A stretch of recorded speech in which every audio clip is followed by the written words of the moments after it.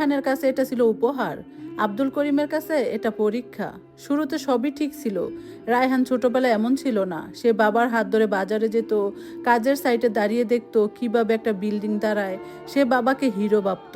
কিন্তু বয়স বাড়ার সাথে সাথে কিছু বদলে গেল। প্রথমে সে বাবার পেশা নিয়ে লজ্জা পেতে শুরু করলো।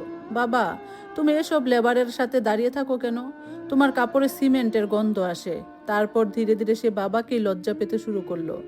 নিশাদ আসার পর সব কিছু দ্রুত খারাপ হলো। নিশাদ এমন পরিবার থেকে এসেছে যারা খুব ধনী না, কিন্তু ধনী দেখাতে উস্তাদ। সে জানতো কোন রেস্টুরেন্টে গেলে ছবি ভালো আসে, কোন ইংরেজি শব্দ ব্যবহার করলে ক্লাসি শোনায়, আর কিভাবে কাউকে ছোট করে কথা বলতে হয় হাসি মুখে।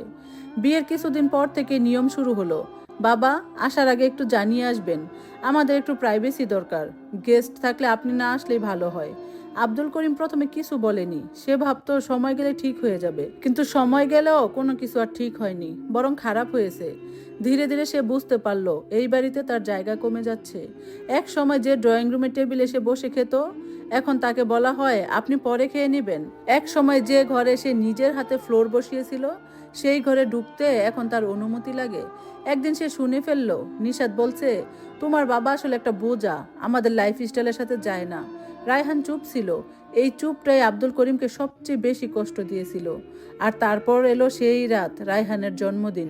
বড় আয়োজন, ক্যাটারিং, লাইটিং, ডিজে, সব।